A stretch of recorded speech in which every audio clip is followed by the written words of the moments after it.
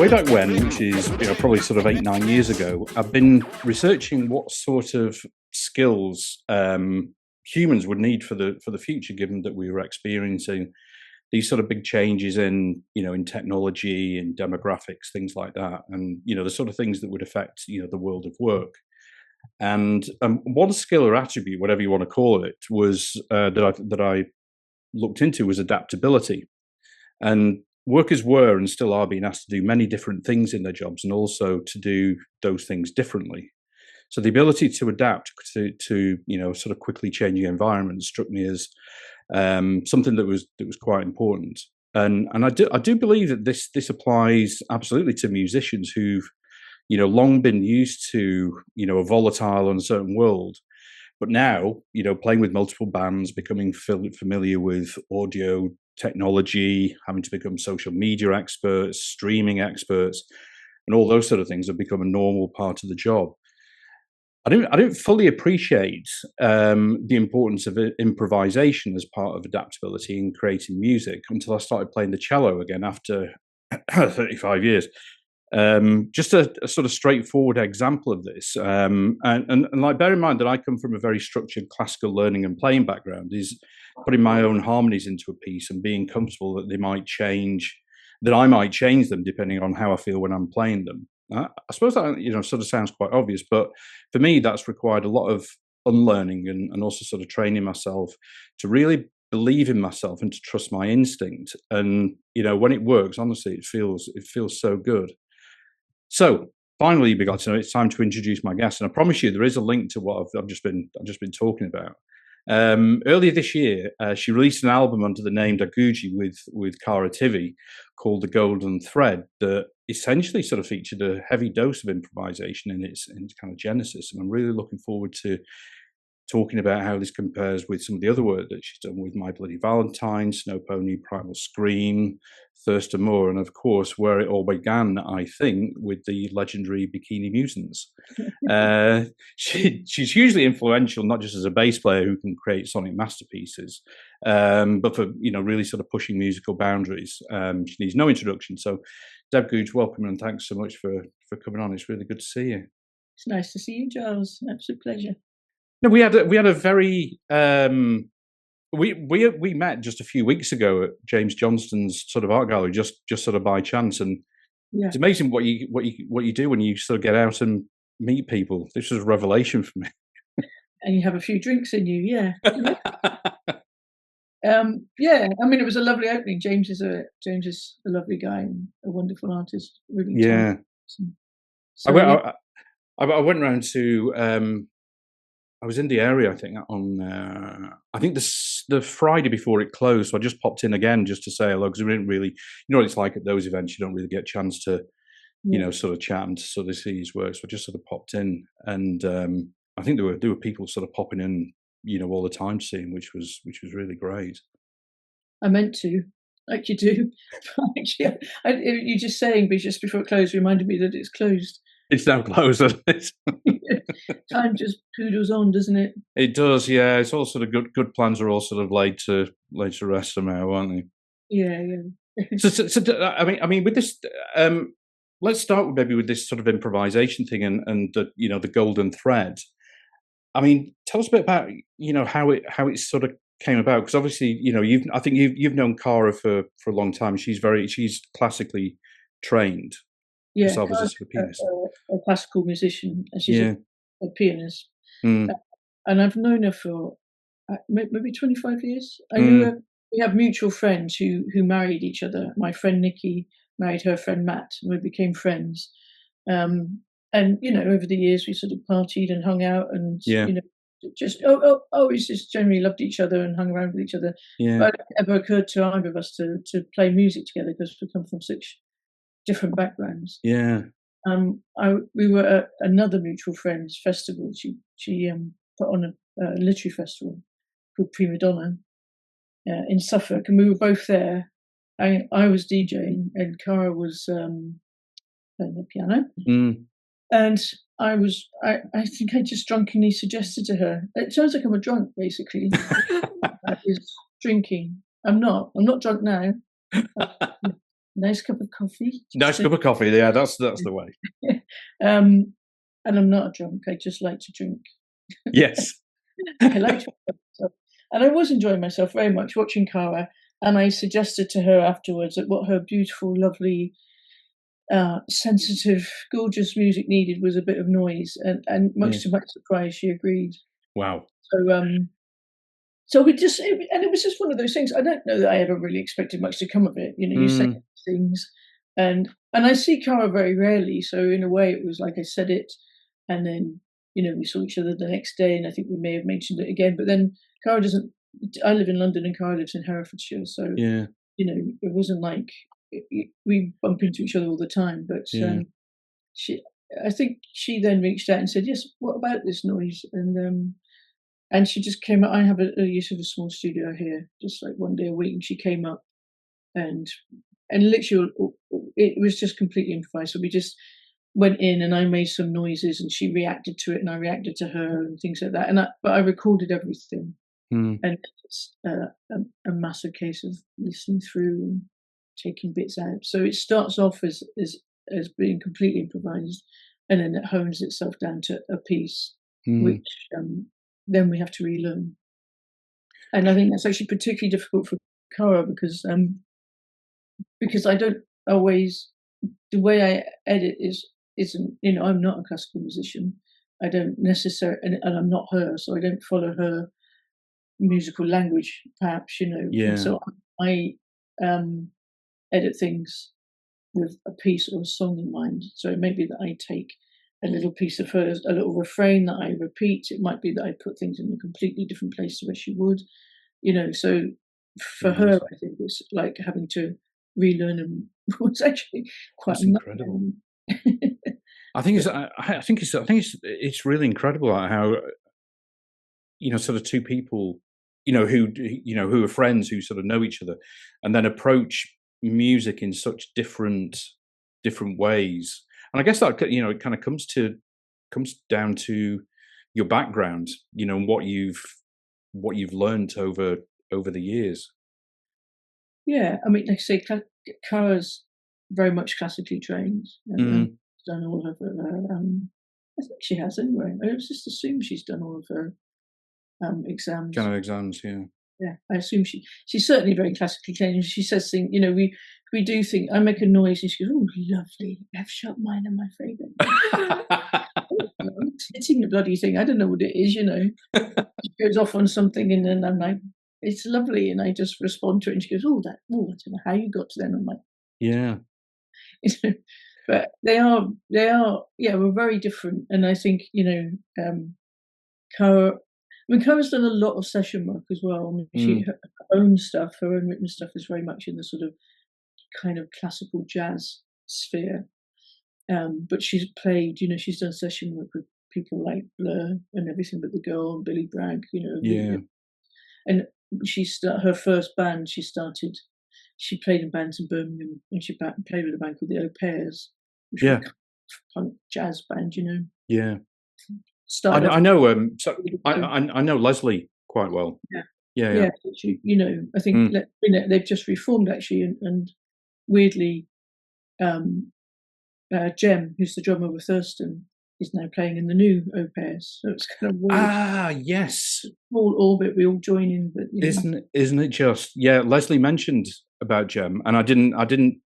You just put the pieces together for me. Yeah, so Jem and Alex, I believe.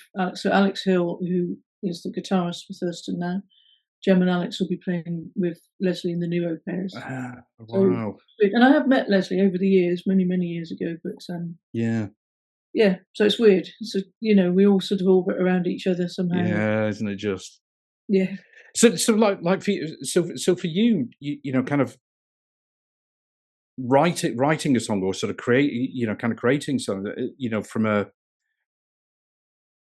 kind of, is it sort of instinct that you're kind of reliant on? Yeah, with this, yeah, because I have no idea whatever. We go in there with absolutely no set idea. Yeah. In fact, up until she just came up to do a little session actually last week, and for this one, I was like, I'm going to make some rhythms up, So that's the only time I've made anything up to start off with. Yeah. Until that, and that's how that can be quite tricky when you've got no set rhythm either to try and edit things together. Yeah. Yeah. Luckily, as well as being, classically trained, she's like a bloody metronome, so it's actually it's a little easier. But yeah, there's no concept, and the instinct comes in when I'm listening through, and it will just be like a refrain will just grab my attention. Mm. And then I'll just, and often what I'll do is I'll just kind of edit out the refrain and listen to it. Maybe just send it to myself as a small, MP3 and just listen to it until something starts to develop as a song or as a piece or whatever. So often it's like that. So it's like, I guess instinct is it's like, I like that piece. Yeah. Feels like the beginning of something to me. It's really interesting because with like for me, coming from that very structured framework, that I kind of learned and sort of played in, basically, here's your piece of music, in kind of orchestras, here's your piece of music, play it. And now I'm trying to think, okay, what I'm used to sort of seeing things sort of written down, and now I'm trying to teach myself to not do that. And I'm finding, and I know I'm obviously, a lot older now, and sort of with that comes a bit of fear. But it's like I've got to not be afraid to just, kind of start and do things, and for it to sound shit, just kind of go for it, and then it okay, that works, that doesn't work, it's just like that mentality of trying things. It's funny you think, like, 'cause for me, actually, the older I get, the less fearful I get. Yeah. I'm fearful of like falling over, and physical things. But I think the sort of desire to be wanted and to fit in and things like that was much stronger when I was younger. Yeah. Now I'm older, I'm like, I don't really care so much. So I don't care, but I don't put the same emphasis on it. You know what I mean? Yeah. Need to be cool. I've got a lot of really lovely friends, and I don't need to. I don't feel like the need to sort of prove myself. There is a certain fear of releasing something under your own name at this stage of your life because I have a lot of Yeah. things to be compared to, but Of also course. I think it's sufficiently different. But I do think in a way that fear was always there, and that perhaps stopped me doing things before. I Really? Yeah. Okay. think it's sort of helped me in that respect. I suppose Like, that, I mean, sorry, Dad, no, go on. so, I mean, I'm of an age where I'm of a mindset where I know lots of people won't like it, and I don't really mind. That's fine. I appreciate that Yeah. not everybody likes everything, and I think when I was younger, I didn't want to put out something that might expose my, that people might not like, and now I'm like, well, of course not everybody's going to like it. I was terrible like that when I was younger. I mean, I mean, what I've just said, I think I'm more fearful at this moment of probably sounds stupid, but kind of playing and knowing myself that it doesn't sound right or it sounds bad. So it's almost like I'm my own critic, Yeah, if that sort of makes sense. But yeah, the point you made there about about comparison, to comparison to other stuff you've done, I think is very valid as well. That people do kind of hear things, and then that is almost like their kind of line in the sand, isn't it? And anything that you do, there's a and especially with some of the influential stuff that you've done as well. yeah. I mean, I'm very aware. I probably wouldn't be talking to you if it wasn't for the fact I have a certain history, and you know what I mean. But I get a kind of shoe in a way because I've been in my very Valentine, because I've played with Thurston, Yeah, because of various things. Perhaps not because of Bikini Mutants, but which certain we'll get onto in a minute. certain section of the world maybe, but it's a very small one. But I'm aware that if I was just if I hadn't had that history and I was like a woman in her early 60s bringing out a record for the first time under her own name, I probably wouldn't get any interviews whatsoever.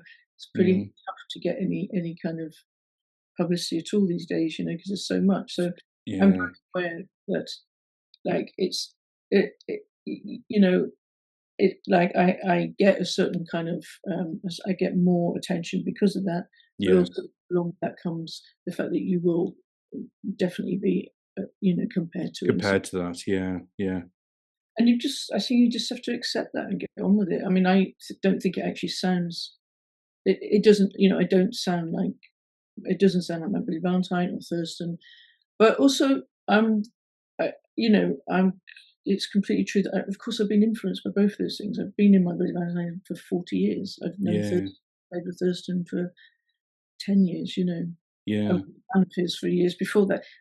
And everything you do influences you. It all yeah, influences your style of play, and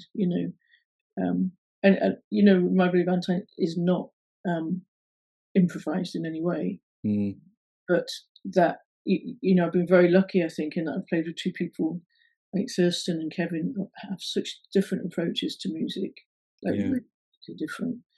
Thurston, I think, gave me the sort of courage to do improvisation.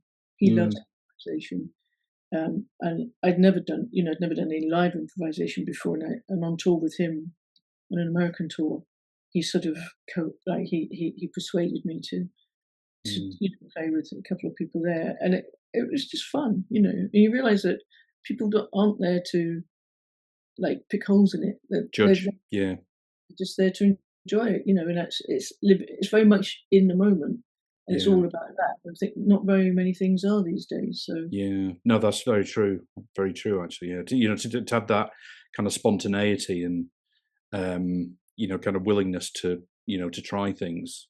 And yeah, I think as well that, like you said, the importance of, of having the right people there at the right time to, perhaps give you a nudge or to, yeah, suggest things that perhaps you hadn't thought of is kind of really important. When especially when in this kind of world as well, to have those people is kind of quite important, I think. yeah. And I guess for me, I've been lucky in that they've been very different. Had very and even people like Primals, that is very much learning a song and playing in Yeah, group, so you adapt to things, yeah, but you still get an awful lot from it. It's very different style to how I would normally play.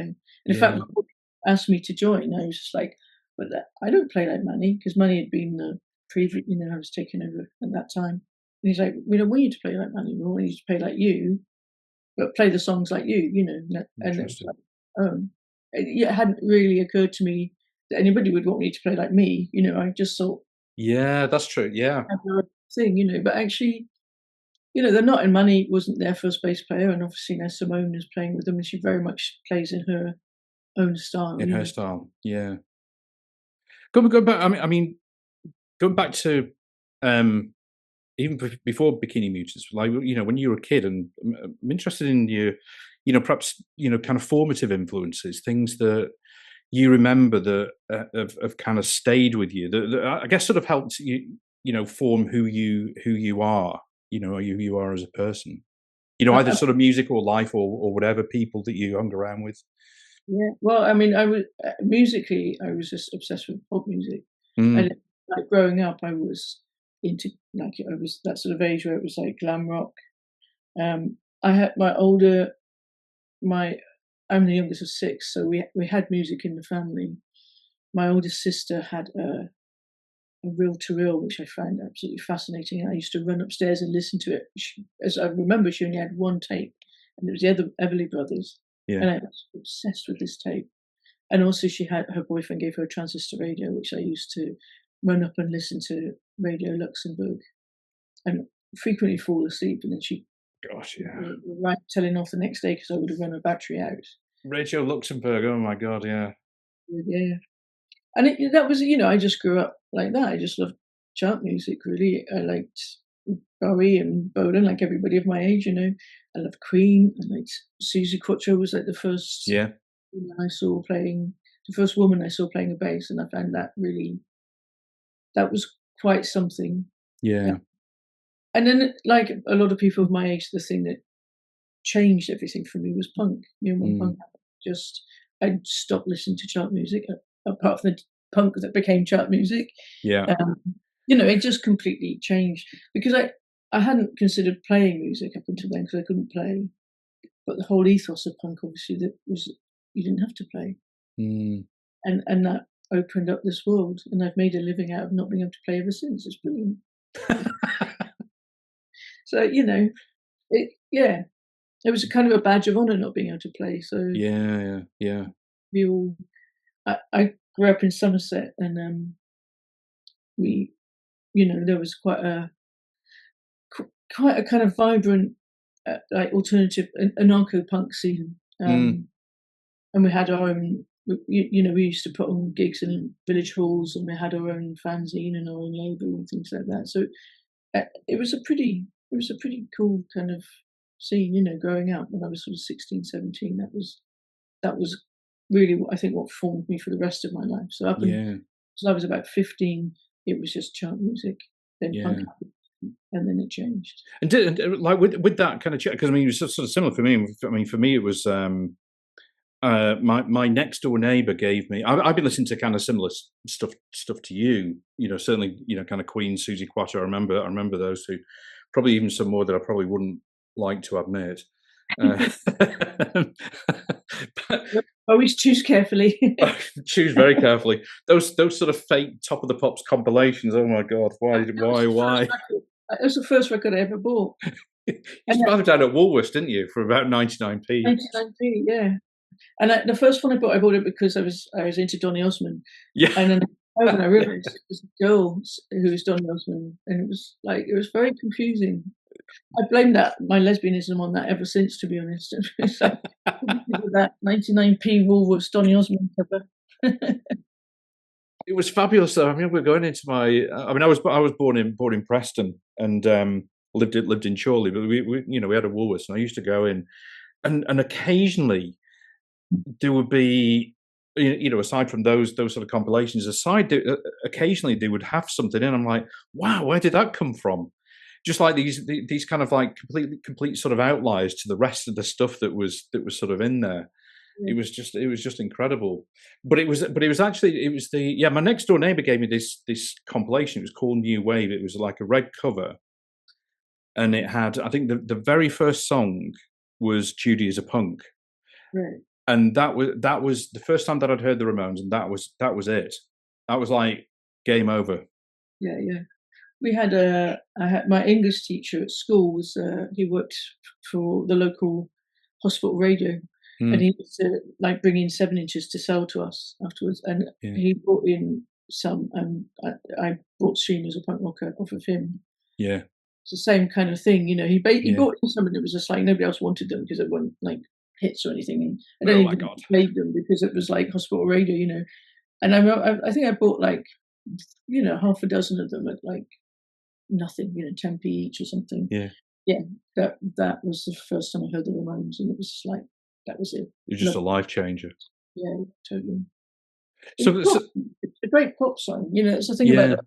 They were like really catchy pop songs, but like at the time super super fast. Now you listen to them and they're like slow, but at the time they were like unlike anything you'd ever heard. So and then I mean they were like the studio stuff that they did after, probably end of the century and onwards was really just like a source of frustration for me, because the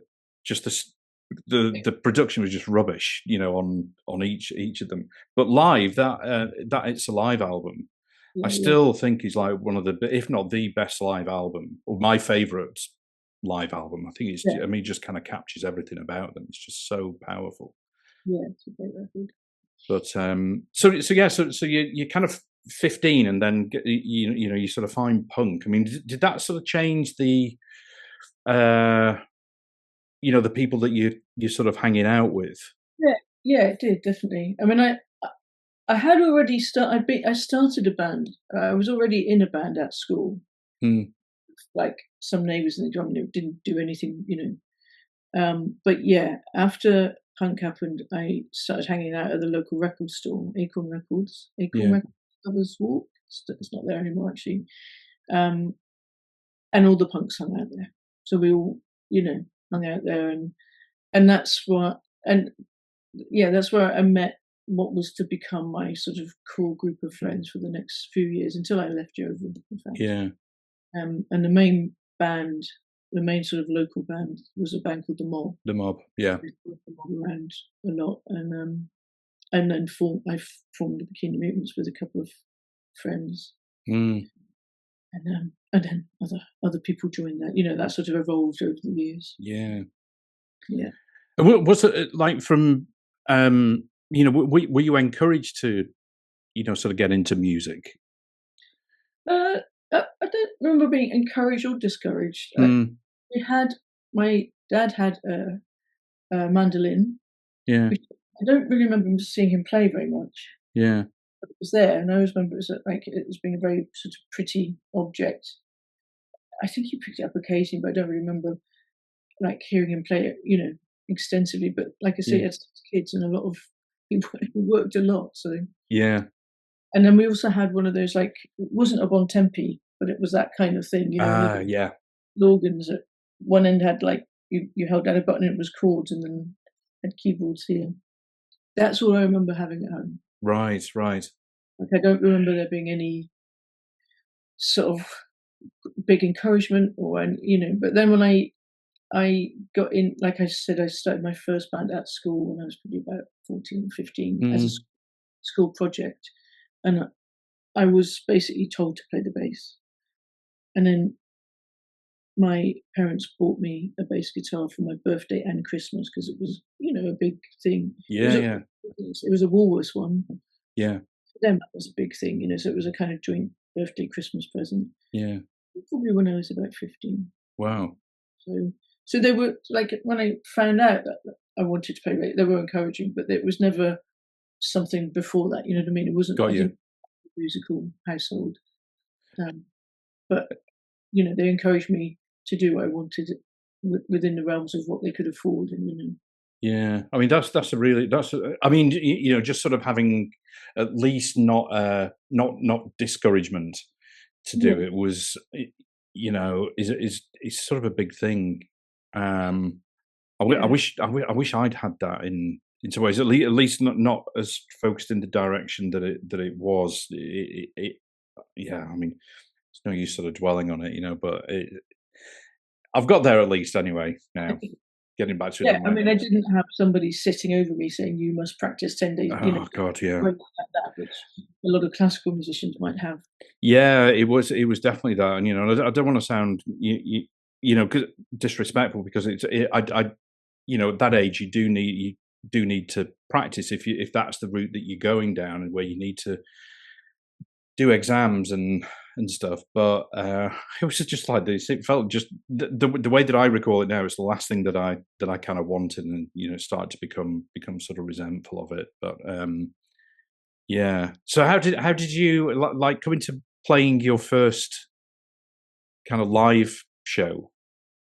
How did that feel? Uh, you know, I mean, actually, in the band that we had at school, Mm. it was with 2 other girls. We did actually play a show, and that was terrifying and awful. Later, when with Bikini Mutants, that was always just fun. Yeah. It was just chaos. It was complete chaos. We were dubbed, or we dubbed ourselves. I'm not really sure, the best worst music band in Yeovil. In Yeovil. Not even in Somerset. Um, and without doubt, we were the best. And there was no emphasis. I mean, we did practice, and I guess to some extent we actually did sort of get more proficient as we went on. But Yeah. certainly, very early on, it was just about having fun. Largely, we were supporting the Mob. Yeah. We used to, we would hire out village halls, and then somebody who looked old enough would go to a local farm with the biggest kind of bucket or something, to get filled with cider, which cost nothing, and that would be the bar, or we would drink it. And there would be Brilliant. we would pool our equipment, and that would be the PA and the backline. It was fairly chaotic. And we were anarchists, so we were having fun, and we were pushing a message, and Yeah. you know I can't remember if I was. I just can't remember there was nerves involved at all. There was a lot Yeah. of stuff involved. That's what I remember. Um, Yeah, and that sort of, I think that anarcho punk scene was the in, as far as UK music goes, that was the one that I kind of gravitated towards the most. mm, I think that the sort of the I guess sort of crass flux of Pink Indians, Chumbawamba. Well, I loved Chumbawamba. That first album that they brought out was just astonishing.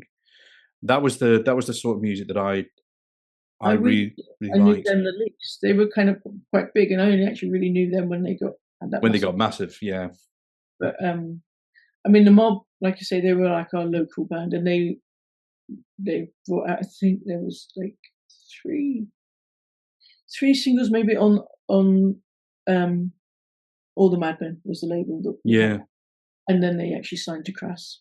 So I yes, was very into like the Crass label, Crass and Poison Girls, and yeah, and like Sam. Honeybane, Honey Anxiety, and stuff. Yeah. So yeah, but yeah, I didn't actually. I don't really remember Chumbawamba from, at like early days. I'm not sure they were a little later, but I remember them when they had Yeah, that massive. But, I did.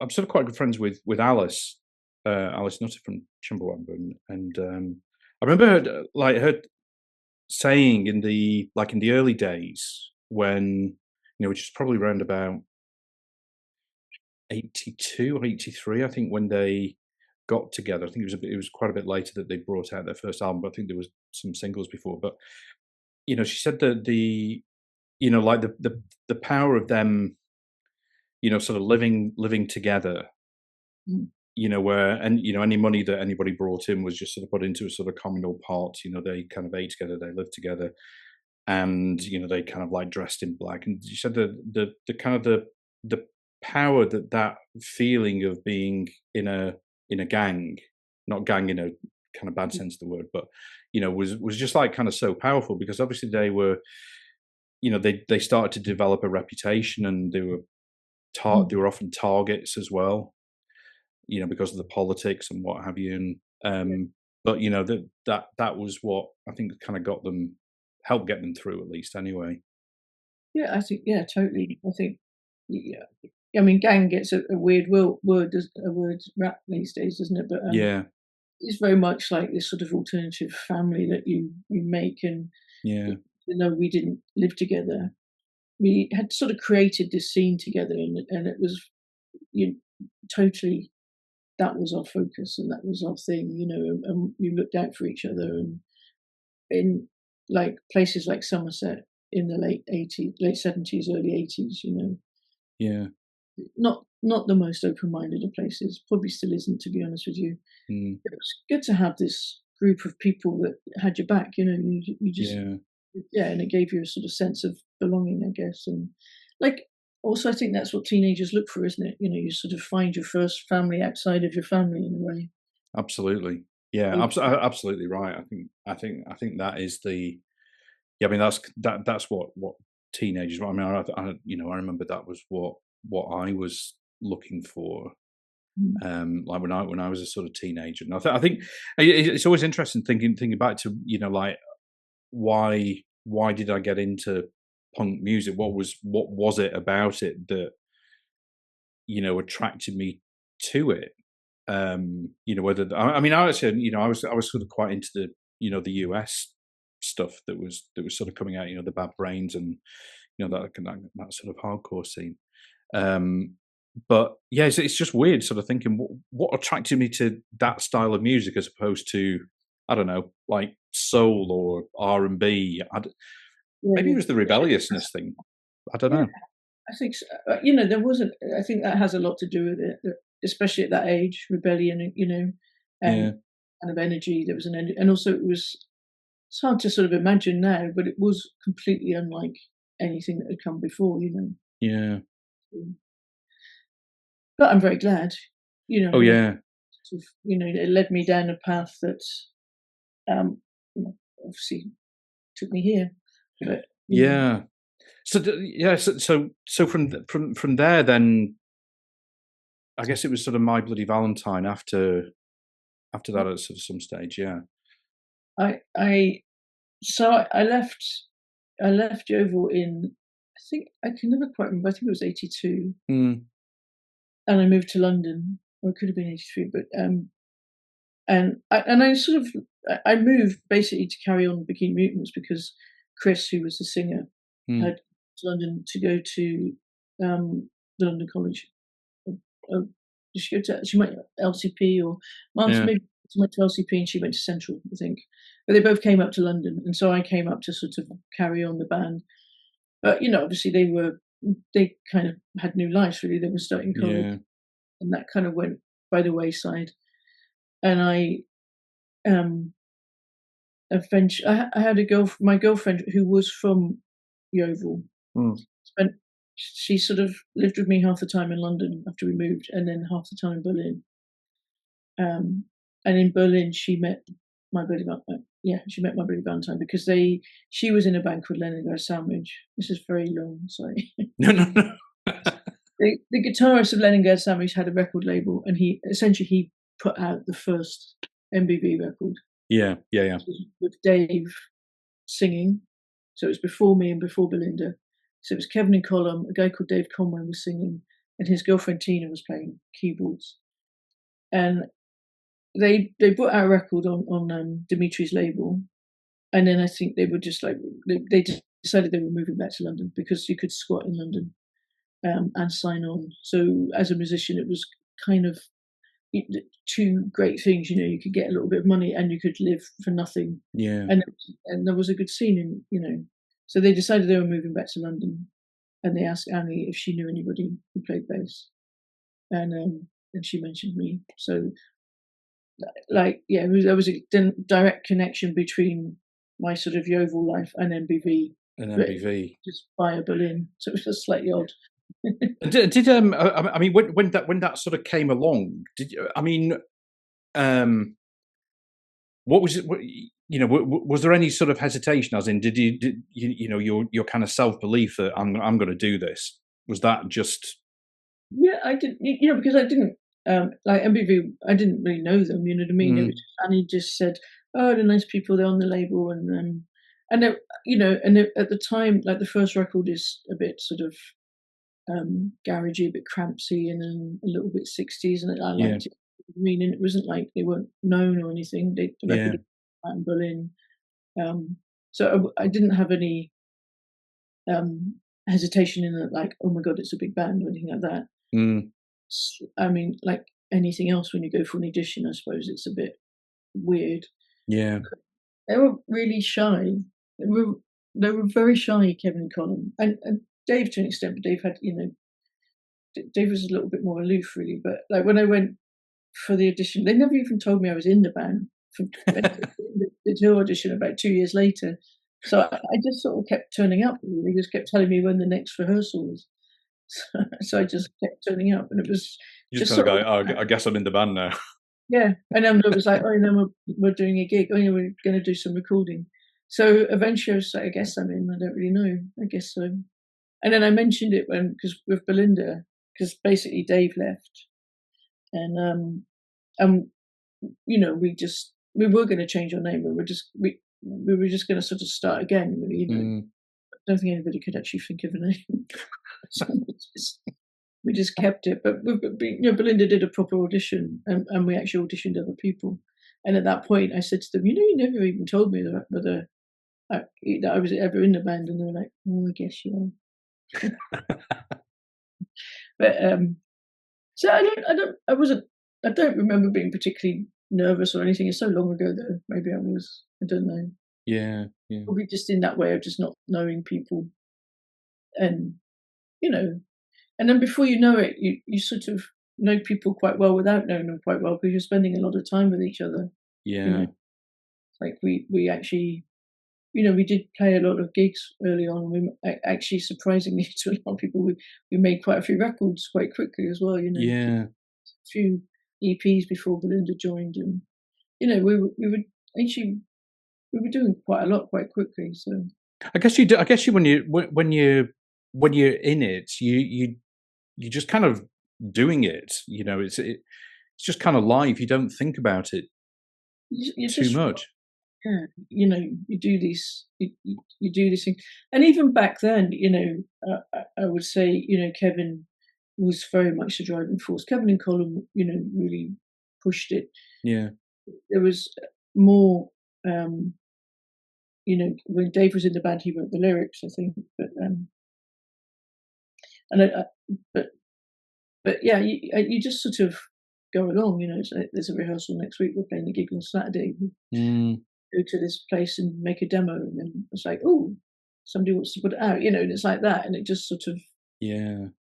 you know, It's interesting as well. I always sort of think about you know, when people are, kind of come together or are thrown together, or however, and the different, personalities that, that kind of exist within, within a band, or the the band and producer, or whoever, and how you kind of make things work, and because you can get very, very different, disparate personalities, and people who respond differently to different stimuluses, and and things like that, and it makes you real. Well, it makes me realize anyway. I don't know, maybe I'm just a bit obsessed with it, like how intuitive it sort of is, and actually sort of how complex those sort of relationships can be, but and some of them work, some of them don't.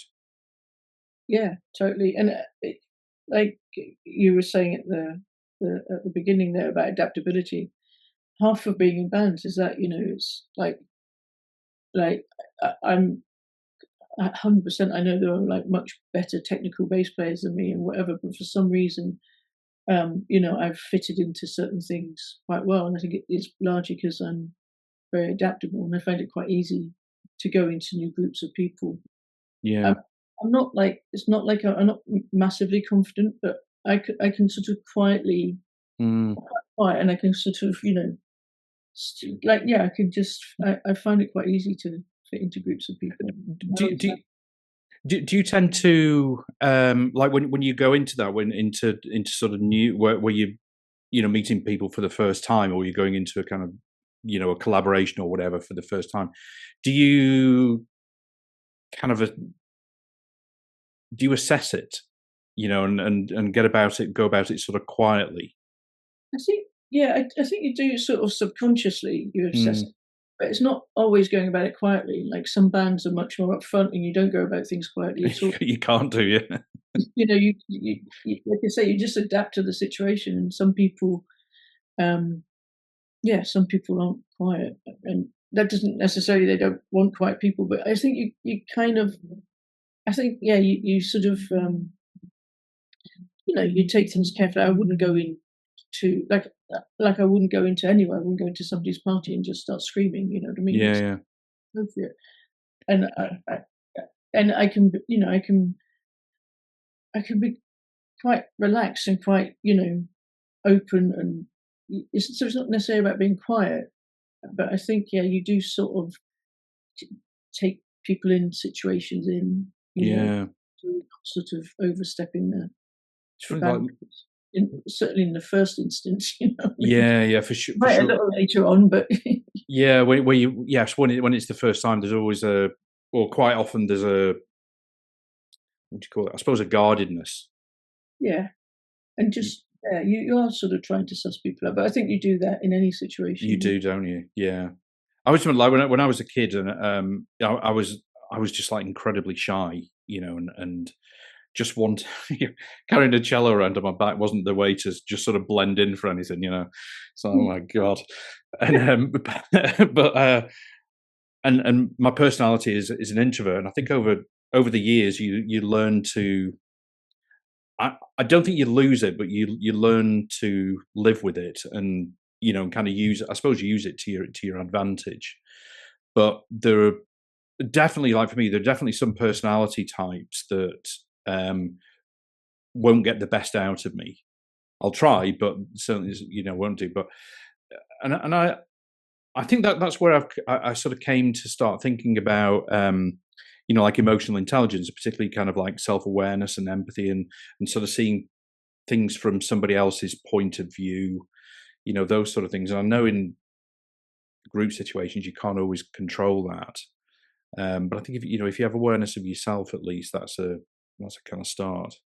Yeah, yeah, definitely. And I think you can, if you've got an awareness of yourself and like how you might respond to things, it also helps having awareness of other people fairly quickly. Yeah, And and often people who appear to be very extrovert are actually quite introverted, really. bit of a cover. Yeah, yeah, you know. That's actually that's very true. Yeah, I mean, I'm quite introverted by nature as well, yeah, but again, go back to being older. I think I've just sort of become comfortable with that. That's fine. Doesn't necessarily mean I'm quiet. yeah, yeah, yeah, It's the two things. I'm not. Um, I can be quiet, and I can be quite loud at times. yeah. We're the loudest bands in the world, so I can be. That's very true. Ironically, I think actually all of MBB are quite introverted. We're all quite, as people, we're quite quiet. Yeah. How does that sort of work for you when if you're in sort of situations where you're, I don't know, you're kind of writing stuff together, or you're rehearsing together, and something isn't sort of working, and you have different opinions on things, about how you share those opinions. Um, we don't actually very often have different. In my belief, Anthony doesn't really work like that. But I don't think anybody has any. I mean, we've known each other so long now. Yeah. We've known each other for 40 years. Yeah, I joined them in '85, so Mm. 40 years. So we don't have any problem expressing ourselves with each other Yeah. at all, which can be good or bad. You know, um, Openness is the best way. Openness and honest but sometimes. but also, like I said, we also don't. I mean, we don't really argue that much these days, or I'm not sure that we ever did particularly. Mm. Y- We, yeah, it's not really. It's not like we're not like an explosive band at all. Uh, Yeah. We do, you know, quite a lot of things. I guess a lot of times things don't get said, but they perhaps don't need to, and if they really do, they get said. It's interesting this, because I remember about kind of what makes bands tick and what doesn't. I remember talking to um, I think it was Youth, and he was talking about Killer Joe, and about how those like four, as they were, really strong personalities. Yeah. I think he described it as like a viper's pit. Like it was just so tense. But he said that was what made it work. That was what each of them needed to be able to kind of feed off this, I don't know what you call it, energy, or some sort of energy Yeah. that created that tension in the music. Whereas other bands, will like, it needs to be complete harmony. Yeah. Uh, I don't. Yeah. I mean, we've certainly MBV certainly aren't a viper's pit, and we're not always completely harmonious, but ultimately we are. I think Mm, mm, you know, I think we're all in it. The ultimate thing is to get the best music at the end of it, and nobody, we never argue about like how that's going to be done, or you need to. I want to put my bit in, or something like that. It's not like that at all. yeah. It doesn't have that vibe in it. Um, in that sense, I think everybody is harmonious. Like we all know, how that's going to work, and Mm. Would you? I think that pretty much every band I've been in. So I think maybe that's just a characteristic. I don't know that I could be in a band that was like really aggressive and argumentative. I don't think I could be. If it Yeah. was like that all the time, it would just. yeah, I don't think I could be. So, Yeah, so from my point of view, and I don't think the others could either. I don't think it is like certain natures just don't suit us. yeah, for sure.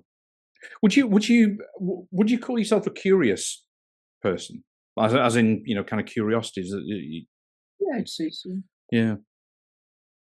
Yeah, I've got one of the world's worst sense of directions, but I'm very open to adventure, which is a good combination.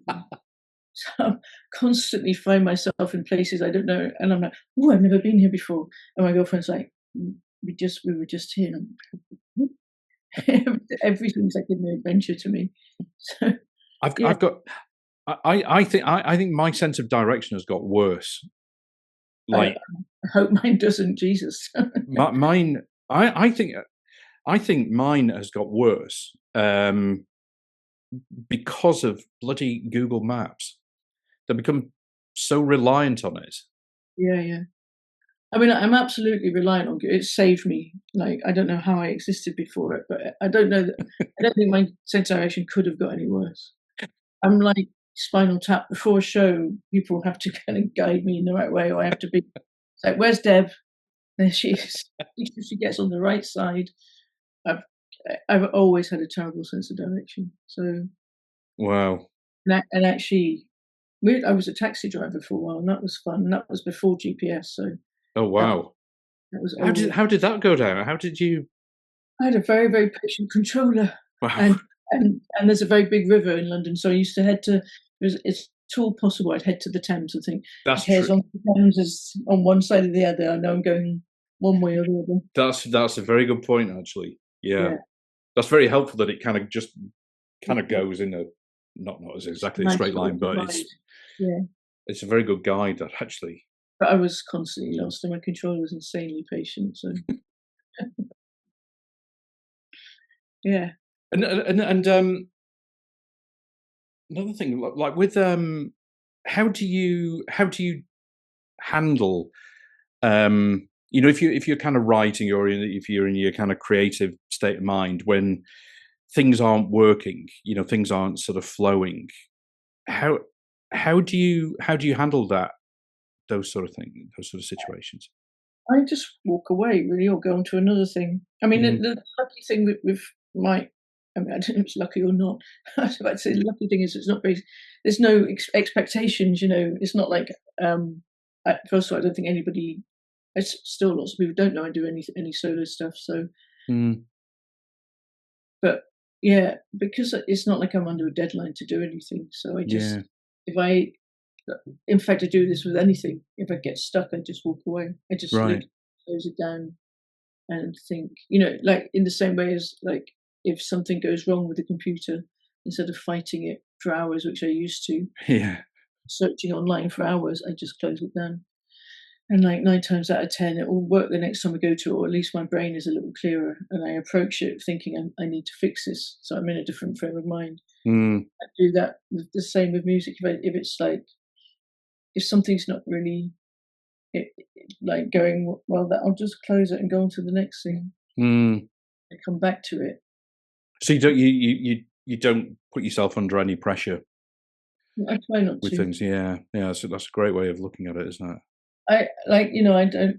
There is, like I say, because there's no real expectation. It's not like I've got a record label saying there's the next record coming out. Like, Yeah, then I don't need to encourage, Cara, everything. Every time I send her anything, she's just like, ooh, like it's a big surprise. Like sort of forgot that I think it is a surprise anyway because it doesn't sound quite as we left it. But she's absolutely doesn't pressurize me at all. yeah. That's It's great. a bonus to me, to be honest, because I wasn't expecting to do anything solo. Yeah, So I do sort of treat it very much as like it's like I just go in and it's therapeutic, and if something comes out. And I'm not saying, I'm not like it's not like some incredible gift that just gets dumped on me.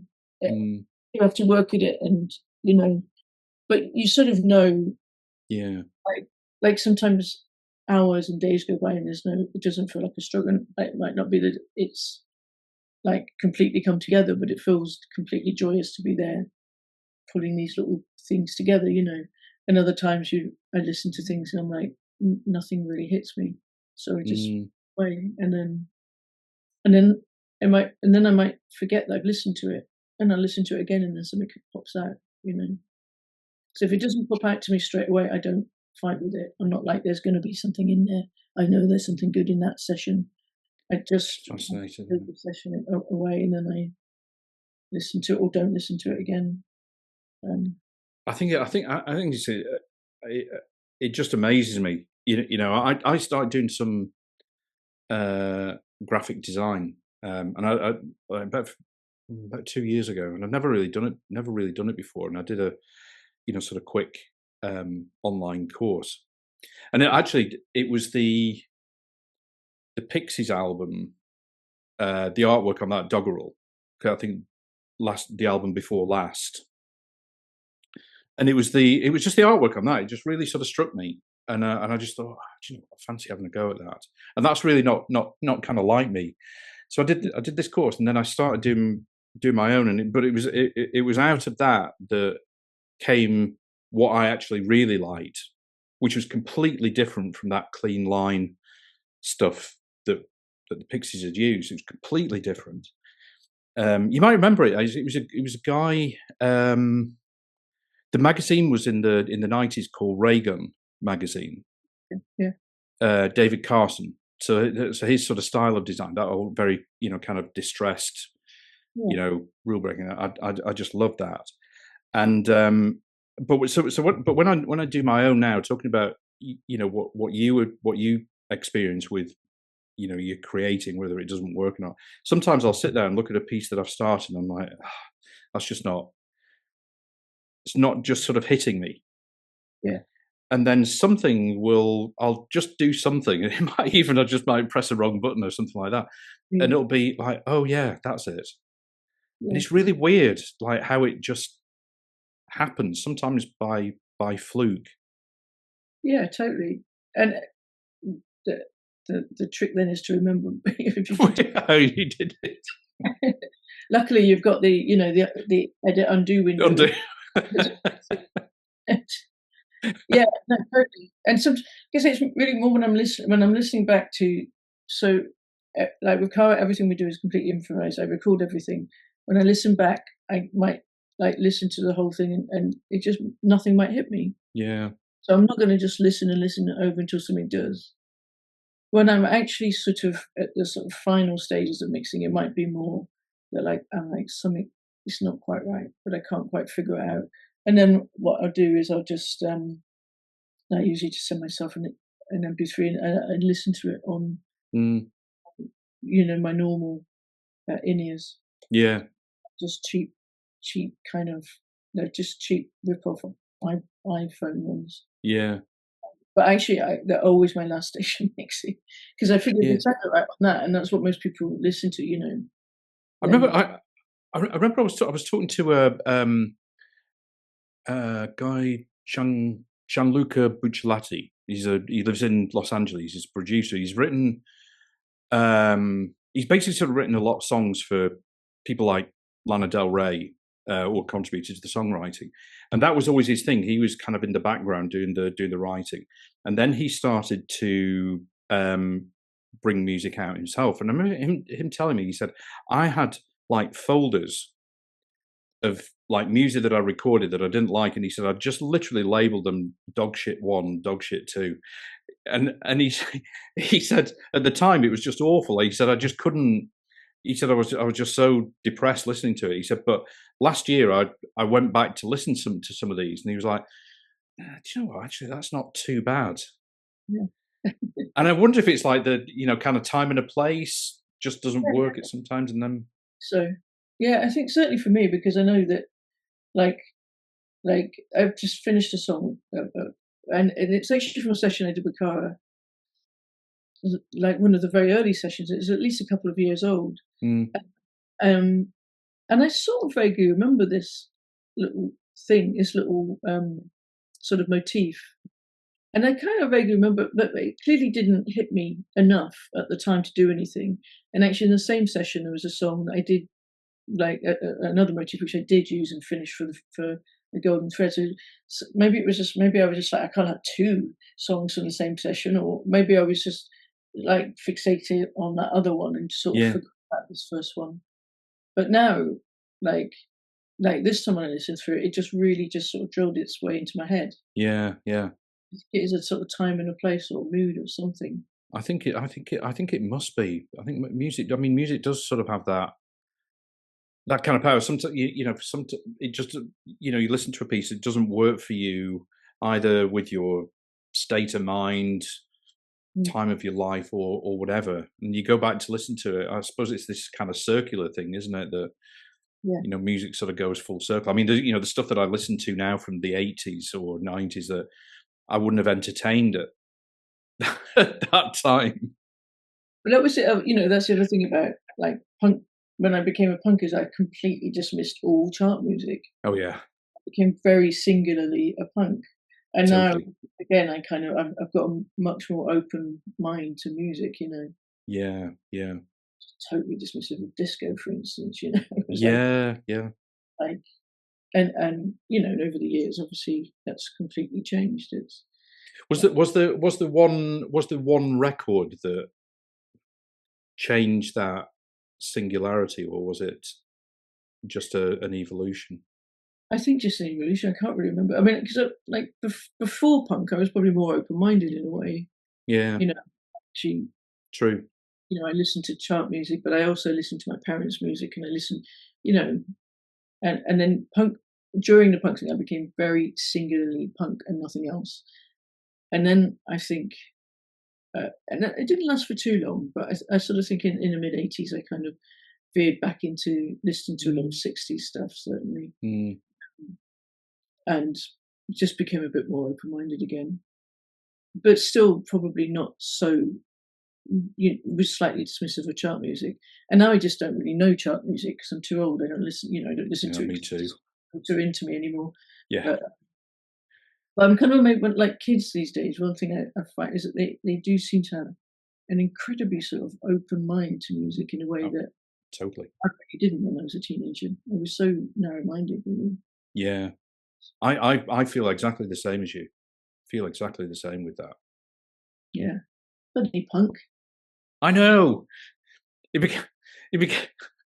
Not only did it have like a dress code, it had like One, a sort of code that you couldn't, that you couldn't listen to anything else as well. yeah, exactly. So I think it's I kind of think like, yeah, yeah. I think for me it was Public Enemy's first album that sort of changed it. and the Public Enemy were amazing. Like like, and it was the difference between that and yeah, the Pistols, who I loved. I did love the Pistols, but it was very much and then everybody sort of copied the Pistols, and it just became a very diluted Yeah. version of punk, really. And then Phil came out, and it was just like mad. This is sort of Yeah, yeah, for sure. reggae, weird openness. It was like, yeah, yeah, that was amazing. But I also like like Magazine were a great band. That was that weren't traditional punk at all. Yeah. Yeah, there were, yeah, and lots of the anarcho bands were quite a lot more interesting than just straightforward punk. I think you sort of alluded to it about not caring as much, or as not as sort of fearful as perhaps you were when you're younger. Does that apply also to sort of taking risks? Do you see yourself as sort of taking risks?